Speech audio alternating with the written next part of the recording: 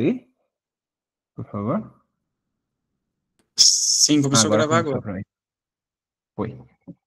Bom, vamos orar para a gente começar? Pai, nós te adoramos, Senhor. Nós louvamos o seu nome aqui essa noite, mais uma vez. Te agradecemos, Pai, pela oportunidade de estarmos aqui reunidos como família, como igreja, prontos para aprender mais de Ti, prontos para aprender contigo, Jesus. Senhor, eu oro para que o Senhor venha trazer revelações para as nossas vidas, que nós possamos juntos aprender com a Tua palavra, com as Escrituras essa noite, Pai. Em nome de Jesus, eu apresento diante de Ti essa aula, a finalização desse módulo, Pai, que o Senhor venha ter o controle de tudo aqui, Pai. Em nome de Jesus, eu coloco diante de Ti toda a parte técnica aqui, Senhor, aparelhagem, internet, luz, que nada venha nos atrapalhar, que nada venha nos distrair, Senhor. Em nome do Senhor Jesus, que o Senhor venha conduzir cada situação dessa aula, Pai. Eu oro para que o Senhor venha usar a minha vida para que nós possamos aprender contigo, Pai. Em nome do Senhor Jesus, amém. Amém? Glória a Deus. Vamos lá. Compartilhar aqui. Quando você estiver vendo, vocês me avisam, por favor.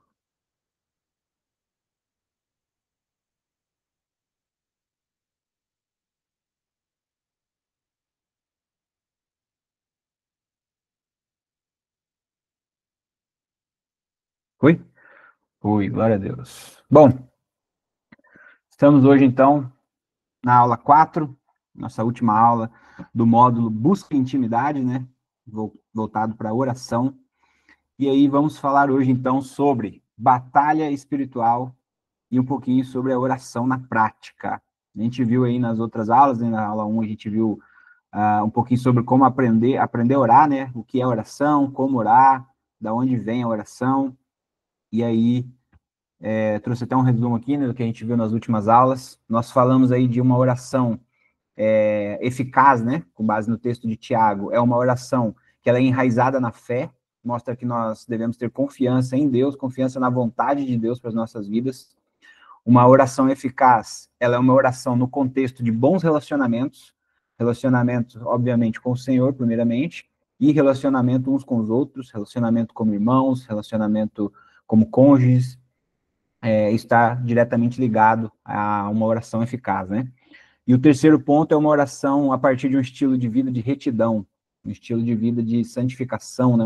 Um caráter piedoso, viver uma vida aí de busca, né? De aperfeiçoamento em Jesus, em Cristo, buscando ser cada dia melhor do que nós éramos no dia anterior.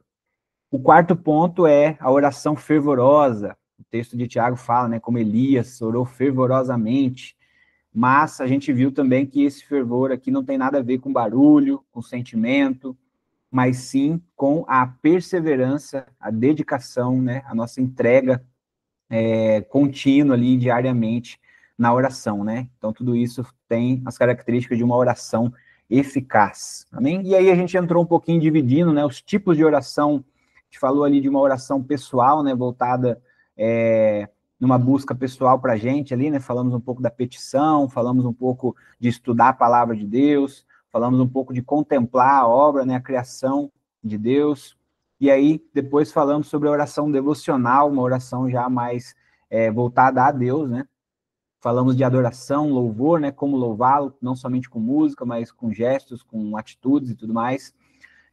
Contemplação de quem o Senhor é, falamos da meditação nas Escrituras, da comunhão e tudo mais. E na última aula nós falamos sobre a intercessão, dividida, né, em três frentes, ali, em três vertentes, né? A oração de intercessão visa mudar uma situação, né? Aquele colidir violentamente contra aquela situação, é a obra de Cristo, né? Que ele muda a nossa situação de pecador, né? Para filhos, né? Um sacrifício que tem a ver com intercessão nesse sentido, né? O segundo significado que nós vimos é o de afetar ou iluminar uma pessoa, né? Interceder por ela nesse sentido, de literalmente afetar a vida dela. E o terceiro sentido de entrevista, né? Entrevistar o coração de Deus e buscar a vontade de Deus para aquela pessoa, para aquela situação, é de fato ouvir, né? O relacionamento de ouvir a vontade de Deus para essa situação de intercessão, né? E também vimos que todo cristão pode e deve ser um intercessor, amém? E aí, entramos hoje, já vamos diretamente falar de batalha espiritual. E eu começo já perguntando. Batalha espiritual existe? Olha só, né? Muito se fala, a gente usa esse termo, mas e aí? Existe ou não existe batalha espiritual? É o que a gente vai ver. Bom, quem já ouviu esses termos? Retaliação, opressão, possessão, legalidade, brecha, ataque. O inimigo se levantou. Quem nunca disse isso, né? Satanás está furioso. Tem até músicas com isso, né? Quem aí já ouviu esses termos? O áudio está falhando? Peraí, deixa eu fazer um teste aqui de um negocinho. Me fala se melhorou.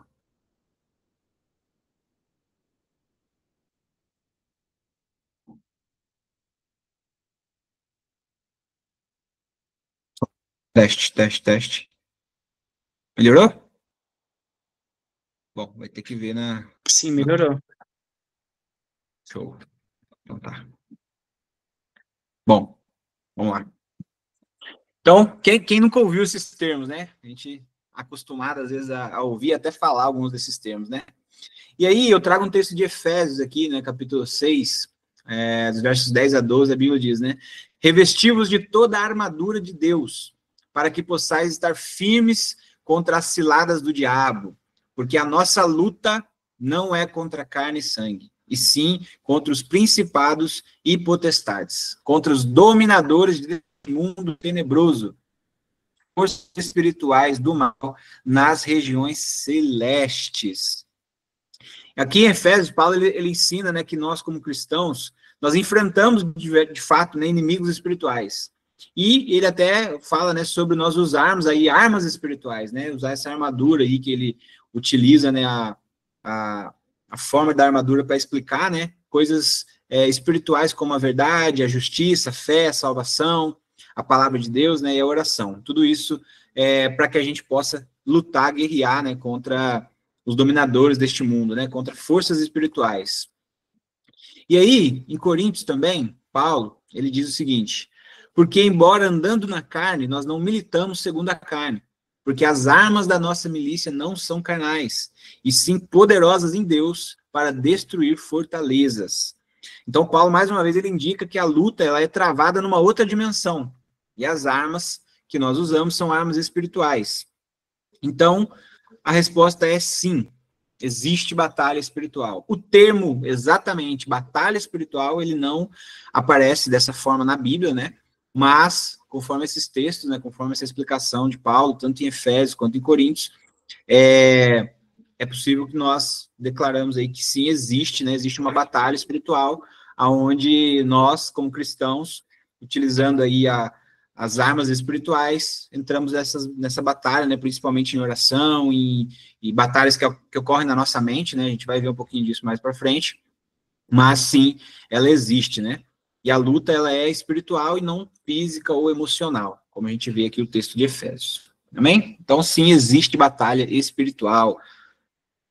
Bom, e aí, retaliação. Eu peguei alguma dessas palavras que a gente viu no começo lá e vamos falar um pouquinho de cada uma delas para a gente construir esse raciocínio aí sobre a batalha espiritual, né? Se surgir alguma dúvida aí, vocês podem me falar lá no chat. Bom, o termo retaliação também não aparece na Bíblia. Essa palavra, né, retaliação, ela não tem nenhum texto que vai falar esse termo lá.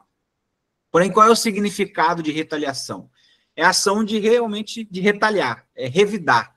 É como se executar uma pena por conta de algo, né? Por alguma coisa que ocorreu. E aí existem algumas linhas de ensino que falam, né, sobre a retaliação, apesar da palavra em si não aparecer, mas para falar o conceito da retaliação. Né? E um dos principais textos é o exemplo de Moisés, quando Deus levanta Moisés ali, chama Moisés para ir libertar o povo, né? Moisés obedece a Deus e ele se apresenta ali diante de Faraó, junto com Arão, né? Com o intuito de libertar o povo. E o que acontece, né? Aqui eu estou resumindo o texto, né? Porque seria um texto muito grande.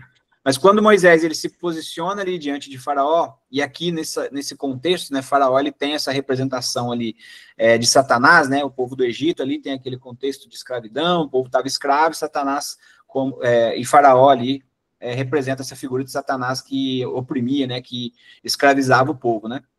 trazendo um paralelo para as nossas vidas, né? Antes de sermos libertos, antes de termos Cristo nas nossas vidas, nós vivíamos, né, sobre a escravidão de Satanás, de Faraó, né? Então, esse texto aqui, ele fala o seguinte, que Faraó, ele tem um coração endurecido ali, por conta da solicitação de Moisés, né, para libertar o povo e tal, e aí o que ele faz? Ele começa a retalhar, e o que é? Ele aumenta a carga de trabalho do povo, né? Então, vocês querem buscar Deus, então vocês estão muito ocupados fazendo tijolo aí, então vamos dobrar, agora vocês vão ter que ir lá, andar mais, trabalhar mais, buscar mais palha. Então, essa atitude, né, de Faraó, ela é entendida, interpretada como uma retaliação, vamos colocar assim, né, que sentida na prática, de forma física, obviamente, mas uma retaliação no âmbito espiritual, né? Ali o Moisés tinha o intuito de libertar o povo dessa escravidão, libertar o povo do domínio de Faraó, e aí acaba que o povo sofre essa retaliação por conta disso, né? Então, tem a retaliação nesse sentido, porém, não é o melhor termo aí a ser utilizado biblicamente, uma vez que não aparece retaliação na Bíblia. Tranquilo, gente? Uma dúvida? Fala comigo, reage aí, vocês estão comigo? Amém. Glória a Deus. Um joinha só. Tranquilo. Amém. Não sei Amém. se é meu aí, aqui, tá cortando um pouco ainda. Não sei se é tá meu cortando? aqui, meu problema no meu Deus. Tá um pouco. Não sei se tem mais alguém que tá também. Fala comigo. Tá cortando um pouco, sim, Dina. Eu acho que é a sua internet. Se você pudesse dar uma melhorada, que era até bom que você vai continuar aí. Tá. Deixa eu só ver aqui se tá no Wi-Fi, só um segundinho.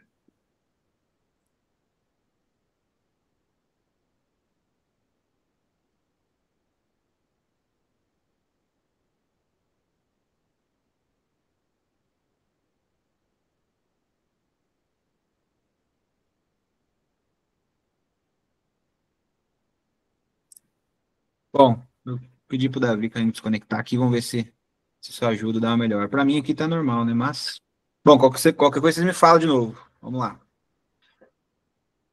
Bom, então, retaliação, também o termo não aparece na Bíblia. Continuando. Possessão. Aí, possessão demoníaca, né? E aí, o que é isso, né? Quando um ou mais demônios habitam e ou dominam o corpo de uma pessoa, afetando ali o comportamento, a fala, trazendo força física ali maior, né? Afetando a consciência, até mesmo a saúde. A pessoa, ela, de algum grau, ela vai perder o controle sobre si mesma, né? O demônio, ele se manifesta através de fala, de movimentos ou ações anormais para um ser humano, né? E aqui tem alguns textos, né, bíblicos que falam, né, sobre a questão de possessões, né? Atos, por exemplo, 16, fala, né, aconteceu o quê? Indo nós para o lugar de oração, veio ao nosso encontro uma jovem possuída de um espírito adivinhador, a qual, adivinhando, dava grande lucro aos seus donos. Lucas 4 também mostra, né, que apareceu na sinagoga um homem possuído de um espírito demônio imundo. E também Marcos, à tarde, depois do pôr do sol, trouxeram a Jesus todos os enfermos e os endemoniados. Toda a cidade estava reunida à porta da casa, né? E ele curou muitos que se achavam doentes de todo tipo de enfermidade e expulsou muitos demônios. Aqui só 3 exemplos, mas tem diversos textos que falam sobre endemoniados, né? Que falam sobre possessão. Bom, e alguns sinais de possessão. Uma mudança de voz ou de personalidade, uma força física anormal, uma autodestruição, né, automutilação, um conhecimento oculto ou sobrenatural, né, adivinhação, algo nesse sentido, uma rejeição ou uma blasfêmia contra o próprio Deus, e até mesmo convulsões ou manifestações físicas extremas. Tem alguns exemplos bíblicos disso, né, que o demônio aí fazia a pessoa se ferir, se jogar ali no fogo, se jogar na água quente e tudo mais. Porém, eu trago aqui um adendo, né, que nem todo problema emocional ou físico é uma possessão demoníaca, né? Então, é necessário ter discernimento de espíritos, né, e uma orientação de Deus mesmo, do próprio Espírito Santo. Isso é essencial para lidar com situações, né? Eu não sei se alguém já passou situações assim, né, de viver casos de possessão demoníaca, mas é importante esse ponto, que também existem doenças mentais, né, problemas emocionais, que não tem nada a ver com o demônio, né? Às vezes são só reações físicas mesmo, que às vezes pode ser confundido, né? Ah, parece algo de uma possessão, mas às vezes não. Então, é necessário discernimento de espíritos, também, para lidar com isso. E aí, uma pergunta. Pode um cristão ser possuído? E a resposta já está aqui, né? Não. Um verdadeiro cristão, nascido de novo, né? Óbvio, que é habitado pelo Espírito Santo, não pode ser possuído. A Bíblia diz, né, 1 João 4, né, maior é o que está em nós do que o que está no mundo. E 2 Coríntios 6, 14 a 16 diz, luz e trevas não podem habitar juntas. Ou seja, depois que um cristão se entrega a Jesus ali e o Espírito Santo faz habitação nele, não tem como um demônio viver onde o Espírito Santo habita, né? Então, um cristão nascido de novo, de fato, de verdade, uma vida de santidade e tudo mais, não pode ser possuído por um demônio. Mas cristãos podem ser oprimidos ou atacados, amém? Mas não possuídos. Tranquilo, gente? Até aqui o áudio tá falhando ainda? Para checar? Tá dando para entender, tá dando para entender, mas tá falhando de vez em quando. Deus me ajuda aqui. Não sei se é microfonia. Isso. Não sei se é microfonia. O tema é... Parece aquela coisa... Parece microfonia. Não sei se é. Intercede aí, vamos junto. Vai dar certo. Bora. Em nome de Jesus. Vai. Bom, como que Jesus lidava com possessos? Vou pegar uma ferramenta aqui. Aqui. Deu errado. Essa internet tá uma batalha hoje, hein? Misericórdia. Tá. Tá de todo mundo também ou é a minha que tá muito ruim? Meu Deus. Vai dar certo. Bom, vamos lá, vou tentando. Como que Jesus lidava com possessos? Bom, primeiramente, com autoridade, com uma simples ordem verbal, sai dele, e sempre visando libertar a pessoa e não envergonhá-la. Sim? Aí tem um texto aqui de Mateus 8 que diz, né? Ao cair da tarde, trouxeram a Jesus muitos endemoniados, e apenas com a palavra expulsou os espíritos e curou todos os que estavam doentes. E como nós devemos lidar com uma possessão demoníaca hoje? Com discernimento, como a gente disse ali atrás, amém? É necessário ter um discernimento espiritual, até deixei o texto referência aqui dos dons, né? É necessário autoridade em Cristo, uma vida, obviamente, de santidade e oração. É bom termos compaixão pela pessoa, sem nenhum tipo de espetáculo, e expulsar o demônio em nome de Jesus. Amém? E aí o texto de Marcos 16 diz, né? Estes sinais acompanharão aqueles que creem. Em meu nome expulsarão demônios e falarão novas línguas. Então nós, como cristãos, como filhos, nós somos revestidos da autoridade de Cristo sobre as nossas vidas, e na autoridade dele, tendo uma vida de santidade e de oração, nós, em nome de Jesus, temos total autoridade para expulsar qualquer demônio que esteja possuindo alguém. Amém? Tranquilo, gente? Glória a Deus. Amém. Bom, opressão. Como eu falei ali atrás, né, então um cristão ele não pode ser possuído, mas é possível ser oprimido ou atacado. E aí o que é opressão, né? É ser pressionado, afligido ou atacado, né? Atacado ali vai ter essa mesma significado nessa linha, né? Pelo quê? Por forças malignas. Então eu trago aqui Atos, por exemplo, né? Jesus andou por toda parte fazendo bem e curando todos os oprimidos do diabo, porque Deus estava com ele. Então olha que esse texto aqui ele já traz, diferente dos que a gente viu lá atrás, né? Alguns textos falam sobre endemoniados, fala sobre possuídos, mas aqui também fala sobre oprimidos. Então é uma linha diferente. Trago até um texto de Paulo aqui, né? A gente conhece o apóstolo Paulo e tudo mais. E aí o texto de 2 Coríntios, capítulo 12, Paulo diz o seguinte, né? Para que eu não ficasse orgulhoso com a grandeza das revelações, foi-me posto um espinho na carne, ou seja, um mensageiro de Satanás para me esbofetear, a fim de que eu não me exalte. Então, Paulo, ele declara isso, né? Havia um mensageiro de Satanás ali esbofeteando ele, então ele era oprimido, né? Nesse sentido. Aqui não usa a palavra opressão no sentido, mas, né, interpreta-se uma opressão. Em Lucas também, né, nos evangelhos, o próprio Jesus, né, falando para Pedro, ele diz: Simão, Simão, eis que Satanás pediu para peneirar vocês como trigo. Eu, porém, orei por vocês, por você, né, para que a sua fé não desfaleça. E você, quando voltar para mim, fortaleça os seus irmãos. Então, Satanás, ele não tem autoridade independente sobre o cristão, né? Mas ele pode agir com uma permissão divina ou com uma permissão da nossa parte, que é quando nós damos brecha. E aqui a gente já vai para mais um dos termos lá, né? Que é, na verdade, 2 termos, né? Brecha ou legalidade é a mesma coisa, né? Então, é quando nós permitimos, nós damos a permissão para que Satanás possa tocar nas nossas vidas. E aqui eu trago alguns exemplos, né? Que são essas brechas? Que tipo de legalidade são essas? Bom, a primeira delas são pecados contínuos e não confessados, né? Então, Efésios diz, né? Fiquem irados e não pequem, não deixe que o sol se ponha sobre a ira de vocês, nem dê lugar ao diabo. Ou seja, pecar, pecados não confessos, pecados contínuos, é o quê? É dar lugar ao diabo, é entregar legalidade, é abrir uma brecha para ser atacados. A falta de perdão também é uma brecha, também é uma legalidade. Em Coríntios, né, a Bíblia diz, né? A quem vocês perdoam alguma coisa, eu também perdoo.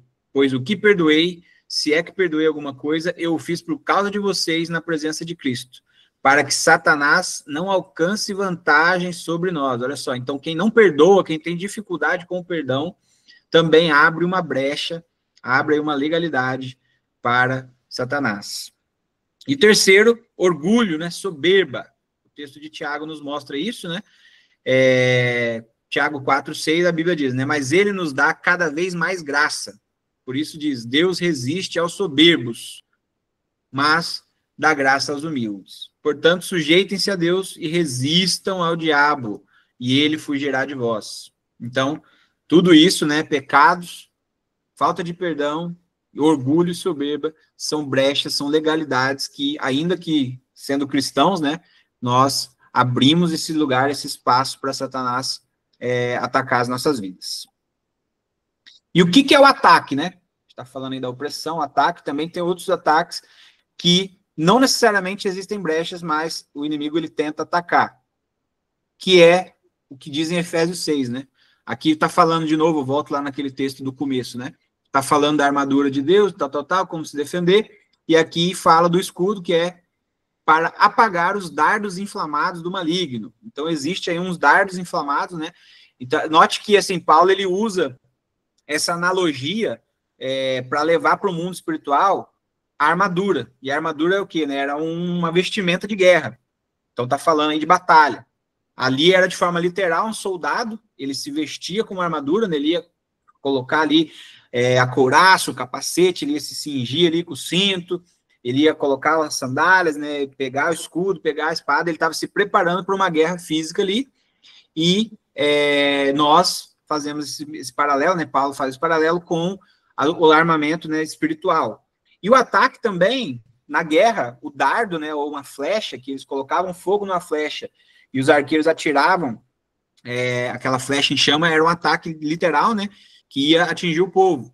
Então, aqui, da mesma forma, o dardo inflamado, né, essa seta inflamada do inimigo é a mesma coisa no espiritual. O inimigo ele vai jogar isso para tentar atingir, para tentar alcançar, no caso aqui, nós cristãos, né?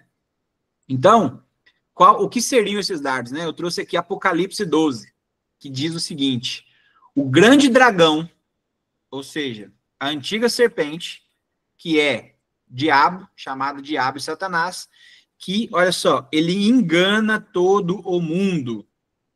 Como que o pecado entrou no mundo, gente? Foi como? Foi lá no jardim, com Adão e Eva. Ele fez o que com Eva? Enganou ela, certo? Então, o próprio texto aqui, ele faz referência, né? A antiga serpente. Aquela serpentezinha que estava lá falando com a Eva, que trouxe engano para ela. E aí, olha aqui agora em Apocalipse, ele é agora o grande dragão. Ou seja, se uma serpentezinha, no sentido de enganou uma mulher, pensa um grande dragão, se não vai trazer aqui, o próprio texto diz, né, que engana todo mundo. Ou seja, a disseminação de engano é uma dos principais ataques de Satanás, né, para os cristãos, para o mundo todo, né, viver no engano, viver sem conhecimento, sem acreditar que o mundo espiritual existe, por exemplo. Está vivendo no engano ali, está refém do mundo, né, está refém de Satanás e nem sabe. E nós, como cristãos, às vezes temos aí tantas ferramentas, né, para aprender mais, para conhecer a Bíblia, para sermos ministrados, e muitas das vezes nos deixamos ser enganados também, né? E isso é um perigo, né, que são os ataques. A Bíblia, ela usa diversos adjetivos, né, para falar de Satanás, né? Ela vai falar que ele é o acusador, ele é o enganador, que ele é mentiroso, né, ele é o pai da mentira, etc. E esses dardos, então, nesses ataques, eles vão vir nesse sentido, que é o quê? Trazer engano, trazer acusação, trazer condenação, trazer divisão, trazer confusão, trazer medo, trazer tentações ali, distrações, tudo isso. A Bíblia usa esse texto, né? O ladrão, ele vem para roubar, matar e destruir. Esse é o papel do inimigo. Amém? Então, é necessário ter isso em mente. E aí, como a gente se defende? Vamos usar de novo o próprio texto de Efésios, né? O texto que começa aqui, né? Os dardos inflamados do maligno, é o escudo da fé. E o que é isso, né? As formas de defender da armadura é o escudo e a espada, que é o quê? Fé e palavra de Deus. Então, nós precisamos conhecer primeiramente, né? E crer na palavra de Deus e declarar as verdades de Deus. Para quê? Para quebrar as mentiras, para quebrar o engano de Satanás. Coloquei até aqui de forma prática, né, 3 exemplos simples, né? Por exemplo, o engano, uma coisa que às vezes, né, pode estar na vida de alguém. Você é um fracasso. A pessoa pensa, nada deu certo na minha vida, não consegui aquilo, perdi tal coisa. Se coloca naquilo que o engano, eu sou um fracasso. Mas não, a Bíblia, ela nos diz diversas coisas, mas aqui só um exemplo, Filipenses 4:13, né? Tudo posso naquele que me fortalece, ou seja, ainda que tudo esteja ruim, quem nos fortalece é o Senhor. Então, nós somos fortalecidos em Cristo. Então, que essa declaração, que esse texto, né, essa simples porção aqui, esse exemplo, se torne uma verdade nas nossas vidas, para quebrar esse engano, essa mentira de que somos um fracasso. Amém? Então, essa é a linha. E aqui eu trouxe outros 2 exemplos, né? Você está sozinho, a pessoa acha que está sempre sozinha, que ninguém quer ela, ninguém gosta dela, ninguém ama ela e tal, por exemplo. Mas Hebreus 13:5 diz, né? Eu nunca te deixarei, eu jamais te abandonarei. O Senhor nunca nos abandonará. Então, nós temos o Senhor nas nossas vidas, nós jamais estamos sozinhos. Isso é uma mentira, um engano de Satanás que tenta nos ferir, nos afastar e nos enganar, né? De novo. E o terceiro exemplo, você não presta, por exemplo, né? Acho que não vale nada, eu não consigo, eu errei, eu sou pecador e tal, traz uma condenação gigante sobre a vida, né, por conta desse pensamento, de achar que não presta, mas Romanos diz, né, que nenhuma condenação há para aqueles que estão em Cristo Jesus. Então, né, aqui de novo só exemplos, é necessário que a gente se aprofunde nisso, né, em conhecer as verdades da Bíblia e em meditar nelas e em declarar elas como verdades nas nossas vidas, né? O pastor Fernando, ele costuma pregar isso, né, que a nossa realidade, ela não é a verdade, né? A verdade de Deus, ela tem que mudar, tem que afetar a nossa realidade. Tem a ver com isso. Amém, gente? Tranquilo? Como é que tá o áudio aí? Vocês estão entendendo? Glória a Deus. Amém, Jesus. Me ajuda aí. Melhorou um pouco? Tá tranquilo agora? Tá tranquilo, tá dando pra ouvir direitinho. Bem, vamos juntos, Senhor. Me ajuda aqui. Bom, resistência. Porque aqui, né? A gente está falando aí de se encher da palavra de Deus, então é necessário também nós resistirmos. E o que é resistência? Bom, 1 Pedro diz o seguinte, capítulo 5. Sede sóbrios e vigilantes. O diabo, o vosso adversário, anda em derredor como um leão que ruge, procurando alguém para devorar. E aí Pedro diz, resistam-lhe, firmes na fé. De novo falando de fé, né? E aí, Tiago também vai falar a mesma coisa. Tiago 4 vai dizer, sujeitai-vos, portanto, a Deus. e resisti ao diabo, e ele fugirá de vós.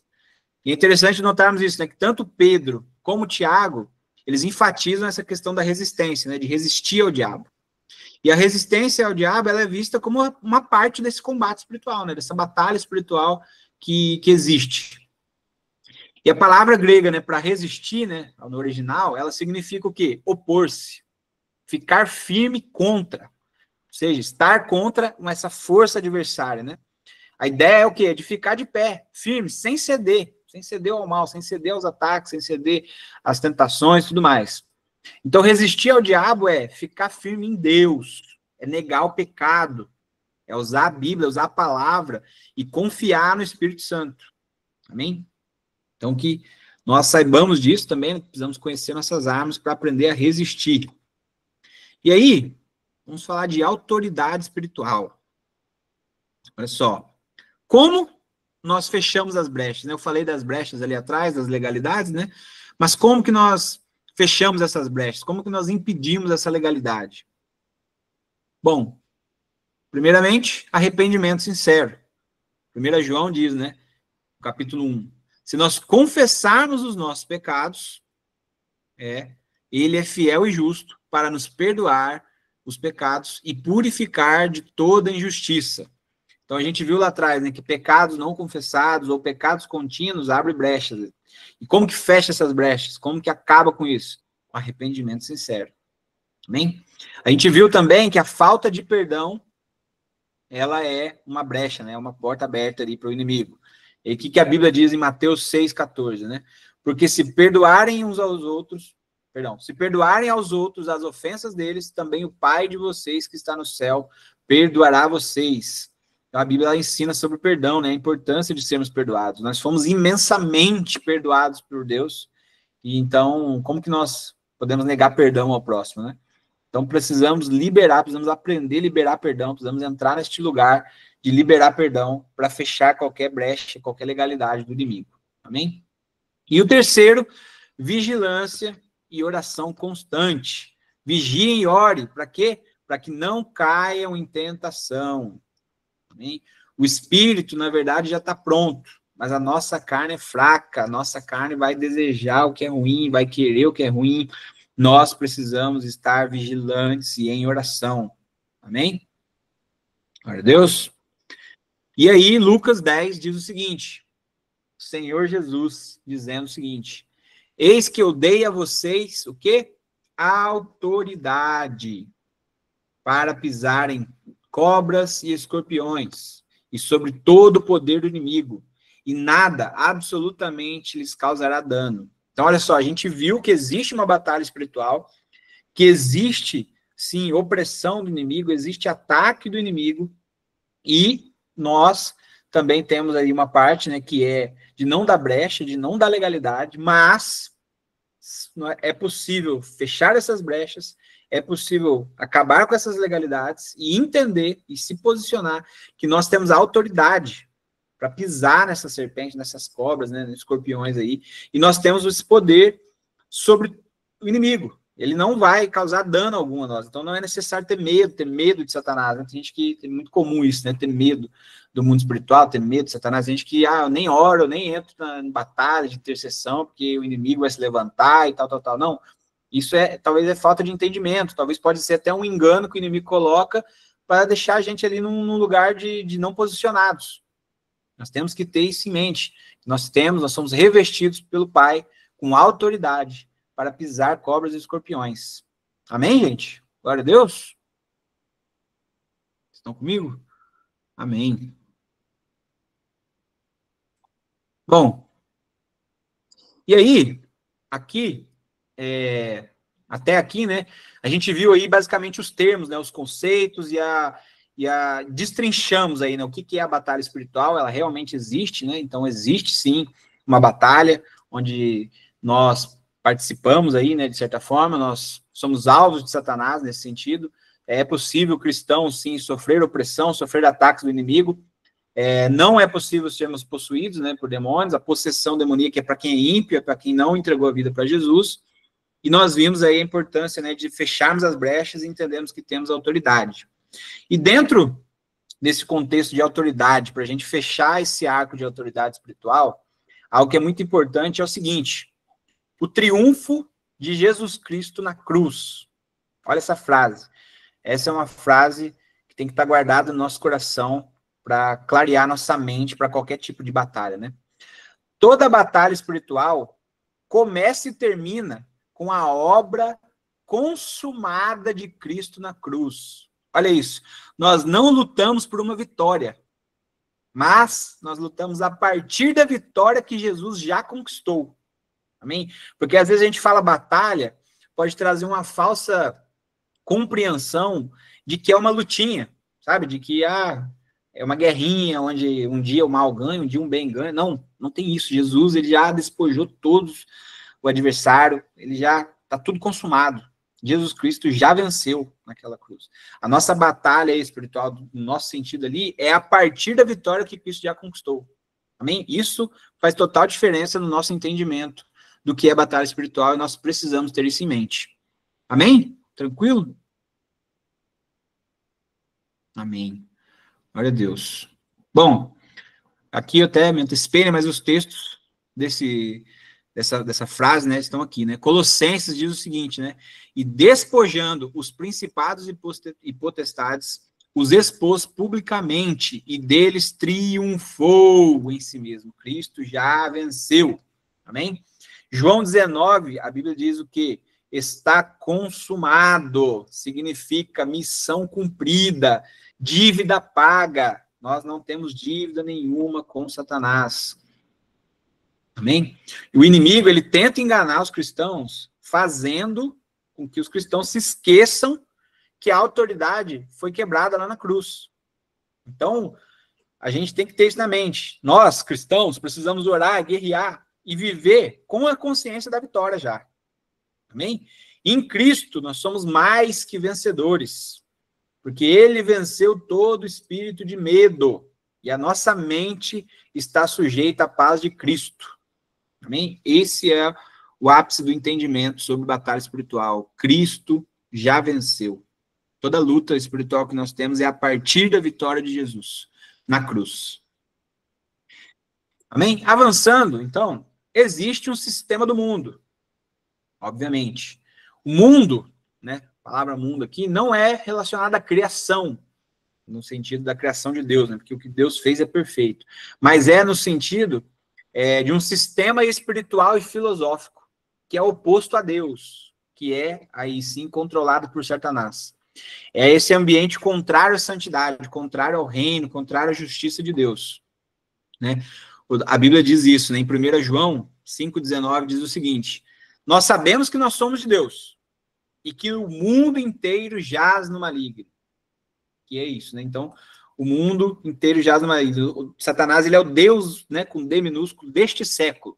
Isso tem a ver com o quê? Com esse sistema filosófico, espiritual, que é desse mundo, que é o qual nós vivemos nesse mundo, né? Mas a Bíblia diz o seguinte: não vos conformeis com esse mundo. Nós estamos aqui justamente para ser o quê? Ser luz aqui. Nós somos embaixadores de Cristo aqui, né? A gente já aprendeu sobre isso. Nós somos aqui representantes das regiões celestiais. Nós estamos aqui nesse mundo, mas nós não somos daqui. Também nós somos cidadãos celestiais, né? Vamos colocar assim. E aí, nós não podemos nos corromper com esse sistema desse mundo, né? Com essa filosofia desse mundo que pertence a Satanás, né? Por isso, tanto engano. Por isso o engano se propaga tanto pelo mundo. E aqui sim é que o diabo atua, né? Como acusador, como tentador, como enganador, como opressor e tudo mais. É dentro desse sistema mundano que ele opera. Sim? E a verdadeira batalha espiritual não é somente, literalmente, ali contra demônios, né? Mas é contra essas influências culturais e ideológicas que afastam o homem de Deus. A nossa mente, né? A mente do cristão tem que ser treinada para discernir e resistir a esse sistema. Então, de novo, até coloquei a palavra resistir aqui propositalmente. A gente viu lá sobre o resistir a Satanás, nós temos que resistir a esse sistema, a esse mundo. E aqui um exemplo bem simples, né? Quando a gente assiste filme, por exemplo, ou a gente consome qualquer tipo de conteúdo, seja aí redes sociais, né, YouTube, televisão, qualquer coisa que seja, a gente tem que se perguntar se isso está fazendo bem ou está fazendo mal para a gente, né? Isso que a gente está vendo, aquilo que está influenciando a gente, isso nos aproxima da verdade de Cristo? Ou isso nos acostuma com o padrão do mundo?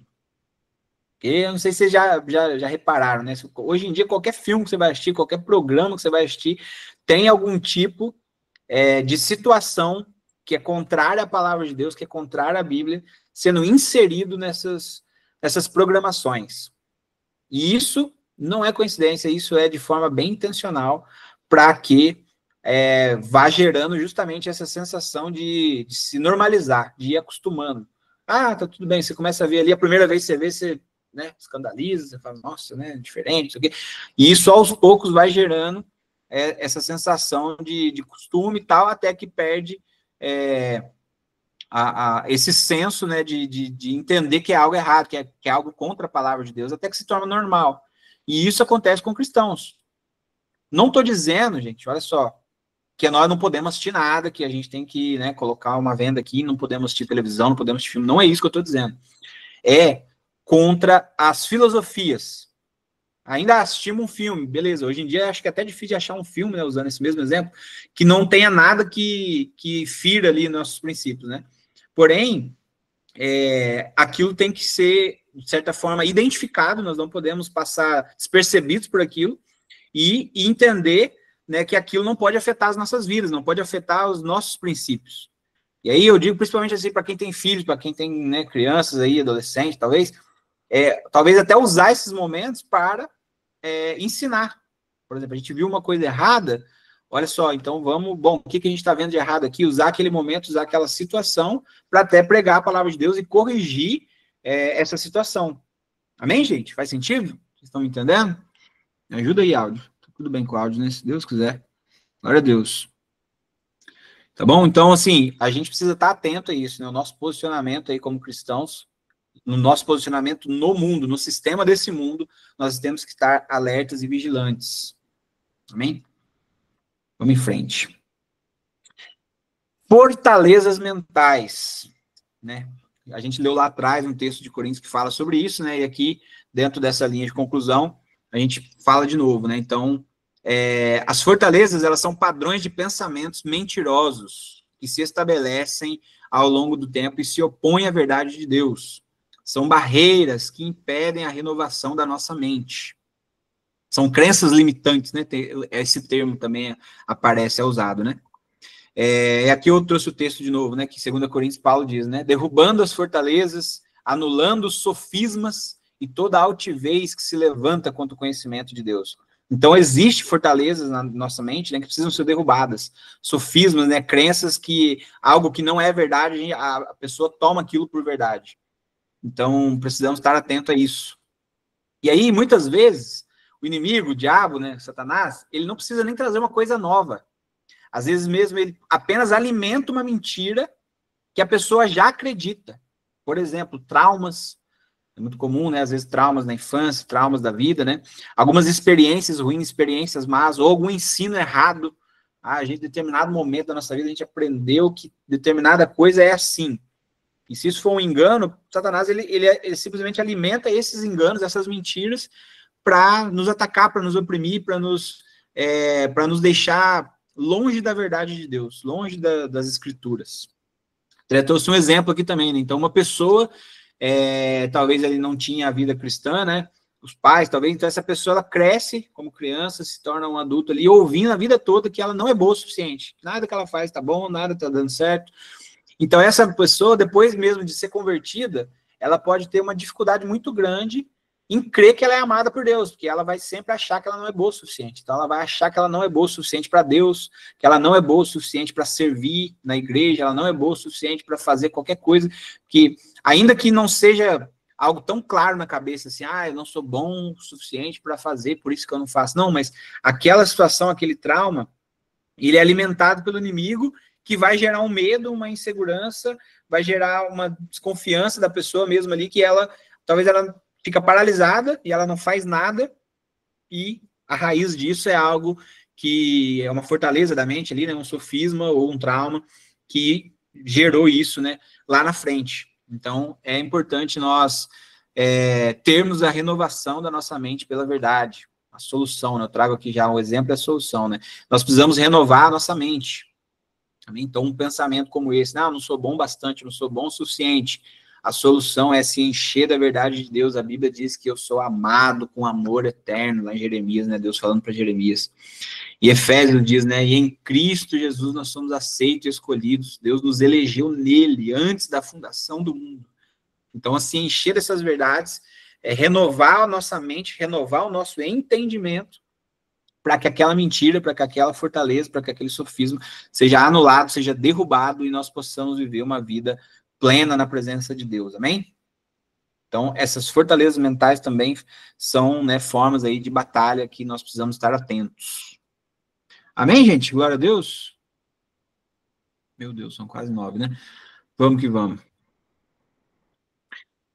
Por fim, para finalizar a parte de autoridade, né, espiritual e de batalha, posicionamento de filho. Nós precisamos ter posicionamento de filhos. Cristo não apenas venceu, né, mas ele delegou autoridade espiritual à igreja, ao corpo dele aqui na terra, né? Nós, como cristãos, precisamos nos apropriar dessa autoridade com fé e com obediência. Lucas, né, eu repito o texto aqui que a gente falou lá atrás, né? Eis que eu vos dou poder para pisar serpentes e escorpiões. E Efésios também diz, né? Com ele nos ressuscitou e com ele nos fez assentar nas regiões celestiais em Cristo. Olha o nosso posicionamento, nós estamos, espiritualmente falando, assentados com Cristo nas regiões celestiais. Então, quando fala-se de autoridade, a autoridade ela vem do autor. Quem é o autor? É Cristo. Jesus Cristo é o autor e consumador da nossa fé. Então, nós temos autoridade a partir dele, a partir do sacrifício dele naquela cruz. E ter autoridade não tem nada a ver com arrogância, com um posicionamento de, eu sou maior, eu sou melhor, ou eu sou algo nesse sentido. Não, autoridade não é arrogância, e sim uma posição espiritual legítima, que é baseada na obra de Cristo. Amém? E ela é exercida com fé, com santidade e alinhamento com a vontade de Deus. Amém? Por exemplo, então, quando um cristão enfrenta uma batalha espiritual, seja ali uma opressão, um ataque, né, algum desânimo, ele não precisa temer, mas declarar com ousadia: eu estou assentado com Cristo nas regiões celestiais, e todo espírito contrário é expulso em nome de Jesus. Amém, gente? Glória a Deus. Vocês estão comigo? Tem alguma dúvida sobre este tema, sobre batalha espiritual? Quer falar agora ou quer deixar para o finalzinho? Bom, vamos lá então. Oração prática. A gente vai finalizar aqui, né? A gente, como eu falei no começo lá da aula, né? No resumo das aulas anteriores, né? A gente viu os tipos de oração, as divisões e um pouco das melhores organizações para que a gente possa, né, melhorar e caminhar para ter uma oração ali mais bíblica, né? De mais relacionamento, de intimidade com Deus. E agora eu trago de forma prática, né? Para a gente exercitar mesmo tudo isso que a gente viu materializando aqui. Bom, começo com oração em concordância com o texto bíblico. Bom, aqui são duas características, né, de orar a palavra, né, oração bíblica no sentido de orar a palavra, orar a própria Bíblia. A primeira é orar declarando o texto na oração. Eu vou tentar dar um exemplo aqui de forma prática mesmo. E o segundo é orar em concordância com a aplicação do texto. Talvez a colocação das palavras pode gerar um pouco de confusão, né? Mas vamos lá, vou tentar exemplificar aqui para ficar mais claro. Bom, oração, no sentido de declarar o texto, é declarar de fato o texto, a palavra que está escrita, né, na Bíblia, declarar isso na oração. Então, por exemplo, deixa eu dar um exemplo aqui, né? Vou usar o Salmos 24 aqui, que inclusive foi o Salmo, acho que foi o aberto ao culto ontem, só um adendo, glória a Deus. A Bíblia diz assim, eu vou ler aqui, Salmo 24, ao Senhor pertence a terra e a sua plenitude, o mundo e os que nele habitam, porque ele fundou-a sobre os mares e sobre as correntes a estabeleceu. Quem subirá ao monte do Senhor? Quem há de permanecer no seu santo lugar? O que é limpo de mãos e puro de coração, que não entrega sua alma à falsidade, nem faz juramentos com a intenção de enganar. Este receberá do Senhor a bênção e a justiça do Deus da sua salvação. Esta é a geração dos que buscam a face do Deus de Jacó. Levantem as suas cabeças, ó portas, levantem-se, ó portais eternos, para que entre o Rei da Glória. Bom, então aqui, esse sentido, né, é pegar uma porção, pode ser até menor aqui, eu peguei um texto grande, né, e agora a gente vai orar declarando esse texto. Então a gente lê o texto aqui e agora a gente vai orar com base no que o texto está falando, né. Talvez nem todo o texto seja mais fácil de fazer isso, mas os salmos principalmente, né, que muitos deles são orações, são canções, é mais tranquilo de fazer. Bom, por exemplo, né, assim a gente lê o texto, agora a gente vai orar, eu vou orar como exemplo, né? Então, Senhor, meu Deus e Pai, eu te agradeço, Senhor, por tudo aquilo que nós temos vivido, eu te agradeço pela terra que o Senhor criou, porque a terra pertence a Ti, Senhor, e toda a plenitude que há na terra foi o Senhor que fez, Pai, para que nós possamos viver e contemplar ela, Senhor. Cada criatura desse mundo, Senhor, todos os seres vivos pertencem a Ti, todos os que habitam nessa terra pertencem a Ti, Senhor. Ah, Pai, o Senhor colocou ali os mares, Pai, o Senhor estabeleceu o limite dos mares, Pai, até onde os oceanos podem ir, Senhor, nós te agradecemos, Senhor, pelo teu cuidado, pela tua provisão, nós sabemos quão cuidadoso o Senhor é, Pai, nós te adoramos, Senhor, nós gostaríamos de se posicionar como filhos, Pai. A tua palavra diz que quem subirá ao monte do Senhor, Pai? Quem vai permanecer nesse lugar, Senhor? Aqueles que são limpos de mão e puros de coração, Pai. Eu oro para que as nossas mãos estejam limpas diante de Ti, Pai. Purifica o nosso coração, Senhor, em nome do Senhor Jesus, que nós sejamos achados diante de Ti com o coração puro, Senhor. Arranca do nosso coração toda a impureza, tudo aquilo que pode nos afastar de Ti, Pai. Em nome do Senhor Jesus, tira, Senhor, toda a falsidade que possa haver nas nossas vidas, Pai.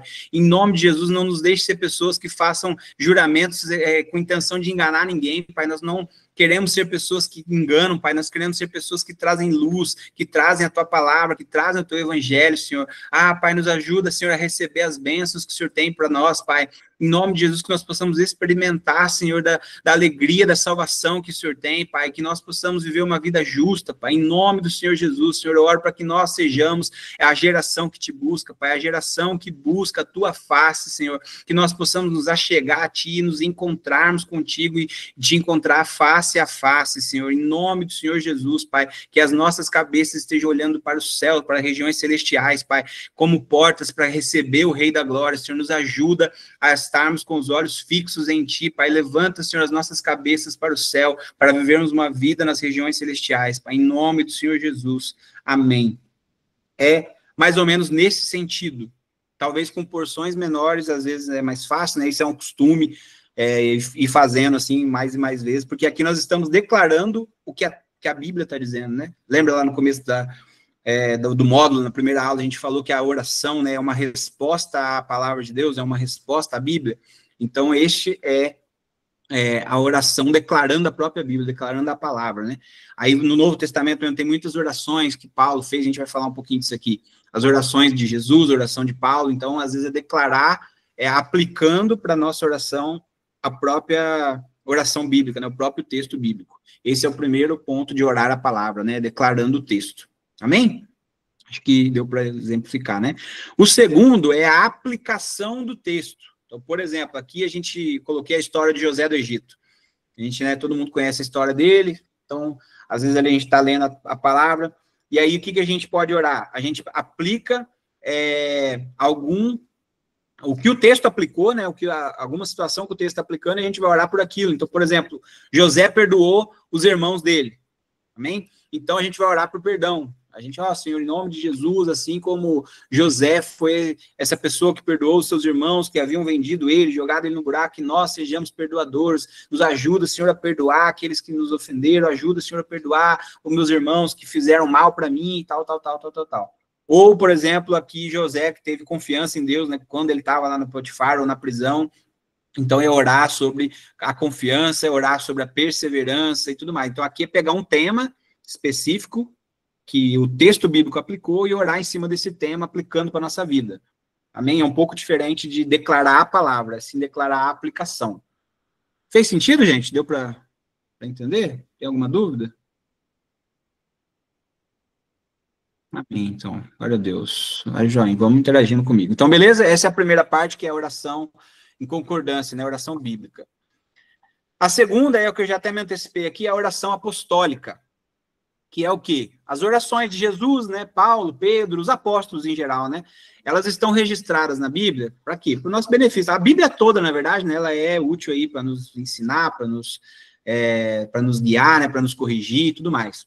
Então, as orações também, quanto mais as orações, né, não são para o nosso benefício, né? Então, coloquei esse texto aqui, né, com base no livro, mas enfim, são orações apostólicas, porque Jesus, né, como nosso apóstolo principal aí que Hebreus diz, né, e como os apóstolos usaram.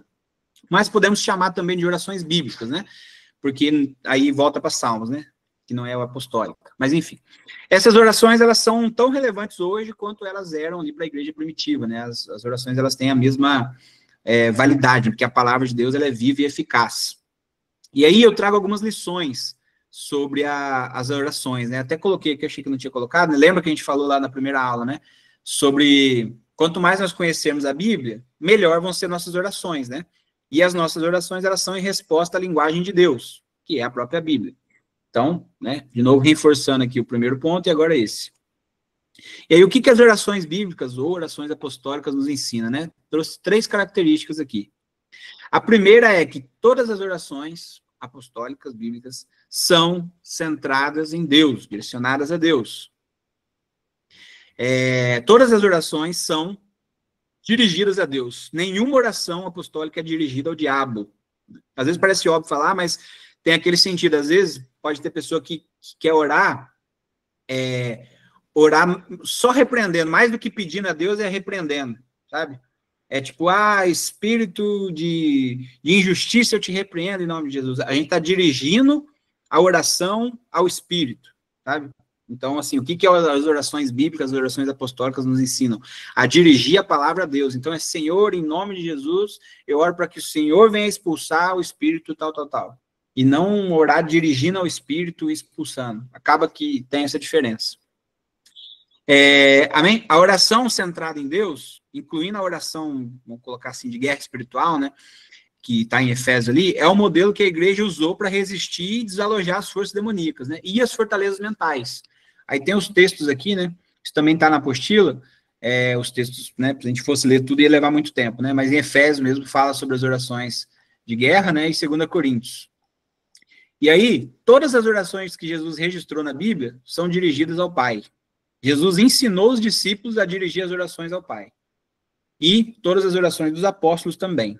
Amém? Então, o fato principal é que as orações são centradas e dirigidas a Deus. O segundo ponto é que as orações são positivas. Eu vou explicar. As orações, acaba que entram no mesmo sentido ali do exemplo que eu dei, né, sobre dirigir ao Espírito. Mas as orações, elas são pedindo para Deus as coisas positivas ao invés da remoção das coisas negativas. Coloquei os exemplos aqui. Por exemplo, Paulo, ele orou para que o amor abundasse, houvesse abundância de amor, ao invés de pedir a remoção do ódio. Então, sabe, vamos orar sobre amor. Em vez de ficar assim, Senhor, remove todo o ódio, Senhor, que o ódio vá embora, Senhor, que não haja ódio no nosso coração, que não haja ódio aqui e ali. Não, na verdade, a gente ora pelo lado positivo. Senhor, que o amor enche os nossos corações, que o amor abunde nesse lugar, nas nossas vidas. E isso automaticamente vai fazer, né? Se o amor abundar, o oposto, né, que é nesse sentido aqui, nesse exemplo, o ódio, ele tem que ir embora. E aí vale para todas as coisas, né? Paulo, ele orou pela unidade. Ele não orou contra a divisão. Paulo, ele pediu que a paz aumentasse, em vez do medo ser removido. Ele não orou contra o pecado, mas ele pediu um aumento de santidade e pureza e amor em Tessalonicenses. Olha a diferença. Até mesmo os pedidos de Paulo ali para ser libertado dos homens maus era positivo no que diz sentido dessa libertação, né? Em vez dele ficar expondo ou derrubando os homens maus que o perseguiam, ele orava para que os homens fossem tocados e alcançados. Então, as orações, elas nos ensinam a orar pelo lado positivo, amém? Pedir pelo aumento da santidade no lugar de orar contra o pecado, né? Remove o pecado, tira o pecado, tal, tal, tal. Amém, gente? Faz sentido? Tranquilo? Eu acelerei só um pouquinho, porque o nosso tempo já está chegando no fim. Mas qualquer coisa, vocês me param aí, pode perguntar. Lembra disso, hein? Bom, vamos lá. Terceira é as orações, geralmente são para a igreja, tem a ver com o coletivo. Muitas das orações a gente vê Paulo orando mesmo, são orações, principalmente porque são cartas, né? As orações deles estão nas cartas para a igreja, então as orações elas são coletivas, tem a ver com relacionamento, com comunhão, e isso é sensacional, porque quando a gente ora para toda a igreja, para a igreja numa cidade, por exemplo, para que essa igreja, né, vamos colocar a fornalha aqui, para que a fornalha seja cheia do amor de Deus, do poder de Deus, isso é uma oração para uma resposta que vai ter impacto na cidade, vai ter impacto nos perdidos, no bairro ao redor e tudo mais. Os incrédulos, né, inevitavelmente eles vão vir até a Jesus e a sociedade vai ser mudada à medida que a igreja, né, caminha no poder do Espírito. Então, quando oramos, né, principalmente aí a sala de oração que ocorre todos os dias, o ministério de intercessão que ora, né, pela igreja, pelo corpo como um todo, tem a ver com o coletivo, porque nós, coletivamente, somos o corpo de Cristo.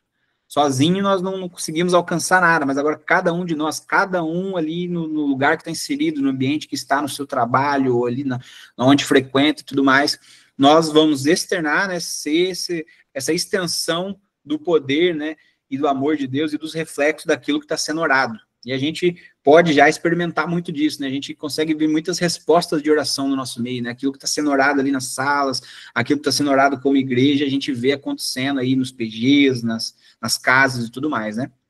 Então, até deixei o texto no final aqui, né? Esse princípio, né? A pregação da palavra de Deus, ela foi tão ungida que a influência cresceu poderosamente e prevaleceu, né? Isso diz lá em Atos, né?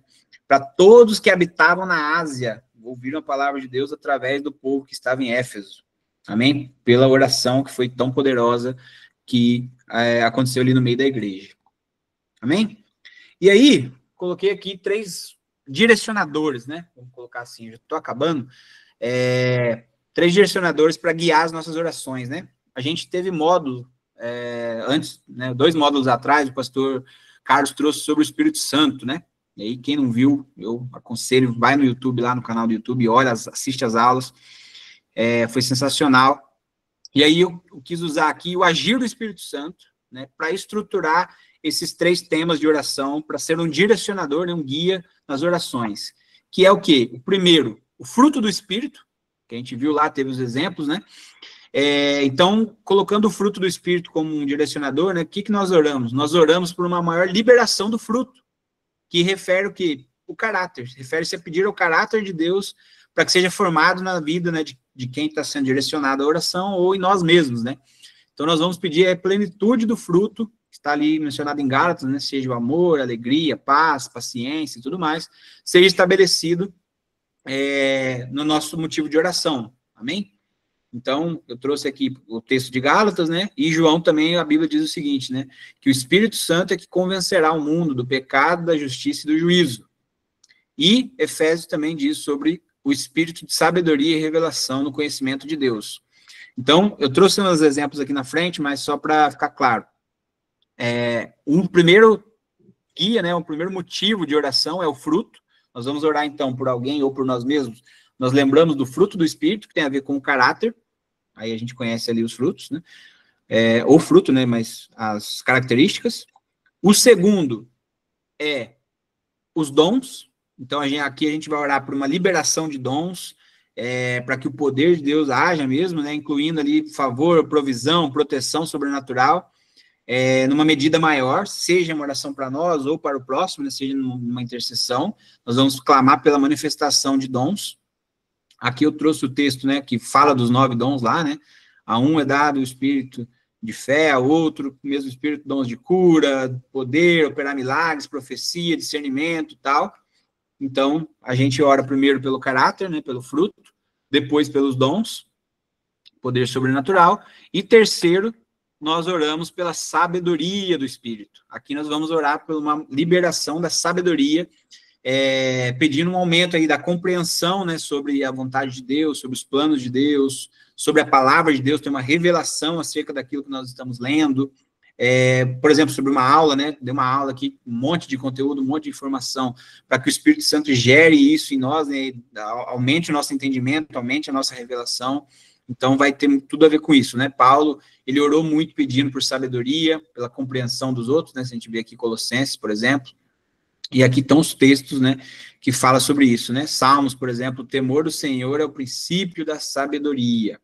Amém? Então, são 3 motivos, né, colocar assim, macros, que direcionam a oração, que é o fruto, tem a ver com o caráter, os dons, poder sobrenatural e sabedoria do Espírito, que tem a ver com revelação, compreensão dos planos da vontade de Deus. Amém? Tranquilo? E aí, coloquei aqui como 4º ponto, lista de oração, motivos para se ter uma lista de oração. Primeiro, ter uma lista nos ajuda a lembrar de tudo que tem que orar, né, de todas as pessoas, de todas as causas, situações pelas quais nós precisamos orar. Isso evita que a gente esqueça, né, de alguma coisa. A lista também ajuda a aumentar a nossa fé, porque a gente vai registrando ali oração respondida, né? Tem até, por exemplo, a gente falou disso no PG essa semana, né? Fazer um diáriozinho de oração, um caderninho, né? Talvez para agora a gente pense, beleza, não faz tanto sentido. Mas é legal você pegar um caderninho ali, um diário de oração e olhar 5 anos atrás e ver o tanto de coisas que Deus já respondeu nas nossas vidas, né? Ver coisas que a gente orou e que hoje talvez a gente já está vivendo, e às vezes se a gente não anota, a gente não se depara com isso, a gente não percebe isso acontecendo, né? Então, é muito legal, porque aumenta muito a nossa fé, né? A gente olhar e, caraca, olha só, 5 anos atrás eu estava orando para tal e tal coisa, e eu vivi isso, estou vivendo muito mais do que eu pedi, do que eu pensei, do que eu imaginei. É sensacional. Então, incentivo todos a ter uma listinha diária. Isso também nos aproxima de Deus, né? Porque traz aí esse senso de continuidade, de conversa, a gente anota uma oração, e aí muitas das vezes Deus responde, a gente anota a resposta de Deus, e aí isso vai, né? Dando continuidade, então aproxima a gente com Deus. Isso ajuda a gente a memorizar mais textos e aplicações bíblicas, porque se a gente lê, aí a gente declara falando isso na oração, depois a gente vai e escreve, a gente está meio que praticando todas as formas de compreensão, né? Estamos falando, estamos ouvindo, estamos pensando, estamos escrevendo, isso ajuda a memorizar, a decorar, ajuda a gente a conhecer mais textos, né? Ajuda a gente a meditar e refletir e aplicar esses textos nas nossas vidas, amém? Isso também vai nos direcionar na oração, né? Começo, meio e fim. Às vezes a gente pode se perder, não sei se já aconteceu com alguém, isso já acontece muito comigo, às vezes você está orando aqui, no meio da sua oração, você pensa em alguma coisa, você nem lembra que você estava orando mais, de repente você já parou de orar no meio, não sei se acontece com os outros, mas já aconteceu muito comigo.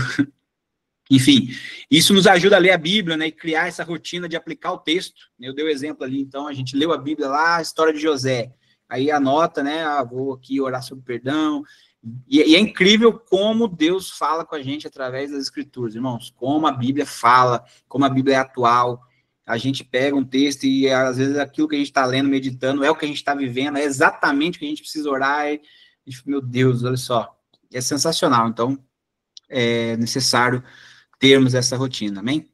Isso facilita a gente também a passar mais tempo com Deus, né? A gente vou ali tirar um tempo, pegar um caderno, pegar uma Bíblia, então escrever, anotar, orar e tudo mais, já ajuda, que a gente hoje, nesse mundo tão corrido, né? Às vezes ele tá orando, lavando louça, tá orando, dirigindo, tá orando no elevador, não que tenha nada errado nisso, mas acho que é importante também nós separarmos um tempo para o Senhor, né? Termos a prioridade de separar um momento para estarmos com Deus, amém? E evita também a gente dizer que a gente não sabe o que orar, né? O que eu vou orar? Pega a lista, só tem aqui orar pela igreja, orar pelo fulano, pelo Beltrano, pelo meu cônjuge, pelo meu filho, e tal, e tal, e tal. Amém?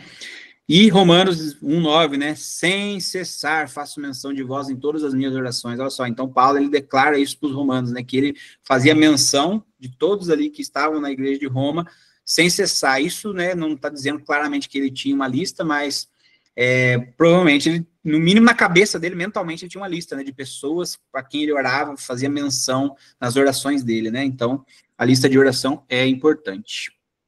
E, por último, para a gente finalizar, aliás, antes de finalizar, eu coloquei aqui até, né, como ajuda aqui, para dividir a lista, né? Como que a gente faz uma listinha? Dividir por categoria. Então, orações para a família, oração para os amigos, orações para líderes e autoridades, oração pela igreja, por missões, pedidos pessoais, oração em agradecimentos e respostas de Deus, e algumas situações específicas. Amém? Orai sem cessar. E, agora sim, por fim, exemplo. Coloquei aqui até para materializar o que a gente está falando, né, e trazer exemplo. Coloquei o pastor Fernando e a pastora Angélica como exemplo de oração, aplicando os textos, e dentro dos motivos de oração, tentei encaixar tudo junto, e ficou mais ou menos assim, né? Então, né, para separar. Ó, lembrando, gente, que não precisa, isso aqui não é um método, tá? Esse é um método que vai dar certo, que Deus vai responder minha oração, não. São ferramentas para ajudar a gente a melhorar nosso tempo com Deus, melhorar nosso crescimento em conhecimento, né, e nos direcionar. Cada um vai ter o seu jeito de fazer, de escrever, de seguir com isso, amém? Então, não é que essa é a oração certa e tem que orar assim, de outro jeito tá errado. Calma lá, não tem a ver com isso, tá bom?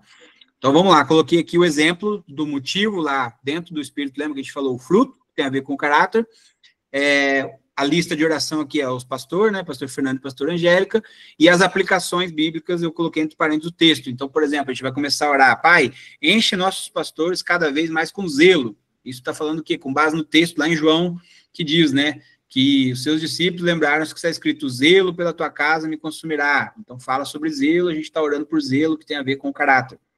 Capacita eles, né, com paciência, aí vem lá o fruto, lembra? Mansidão, domínio próprio, para quê? Para lidar com as situações difíceis na igreja, deve ter um monte, né, gente? E em suas vidas. Visite seus filhos, encha eles com revelação do seu amor, ó, falando de amor, com espírito de convicção e temor de Deus. Façam-se alegrar em uma vida de santidade e justiça. Tudo isso tem a ver com caráter, amém? Afastai-os da tentação. Olha só, então, a oração de Jesus em Mateus, né, que Jesus ensina a gente a orar, fala para a gente orar para não cair em tentação, né? Então, a gente aplica isso dentro da oração, amém? Próximo aqui, sabedoria. Pai, enche o pastor Fernando, a pastora Angélica, de toda a família deles com a sua sabedoria. Os liberte e guarde de toda a armadilha de Satanás, né? Olha só, Tessalonicenses vai falar isso, né? Os guardará do maligno. Então, a gente está aplicando isso aqui, orando para que Deus guarde e liberte qualquer armadilha de Satanás. Da compreensão da sua vontade, Jesus, para que eles conheçam, né, a vontade de Deus, para as esferas deles ali no ministério, nas relações familiares, nas finanças, em qualquer circunstância. Enche eles com a sabedoria e entendimento espiritual. Para quê? Para aconselhar, para pregar, para ajudar todas as pessoas. Aí tem Colossenses aqui falando, né, ser cheio do conhecimento da vontade de Deus. Amém? Dê sabedoria em alianças estratégicas, né, com outros líderes nas diferentes esferas da sociedade e das nações. Amém? E por último, os dons. Pai, libere sobre os pastores, né, Fernando e Angélica, sua família, sonhos proféticos, visões que revelam seu amor e glória.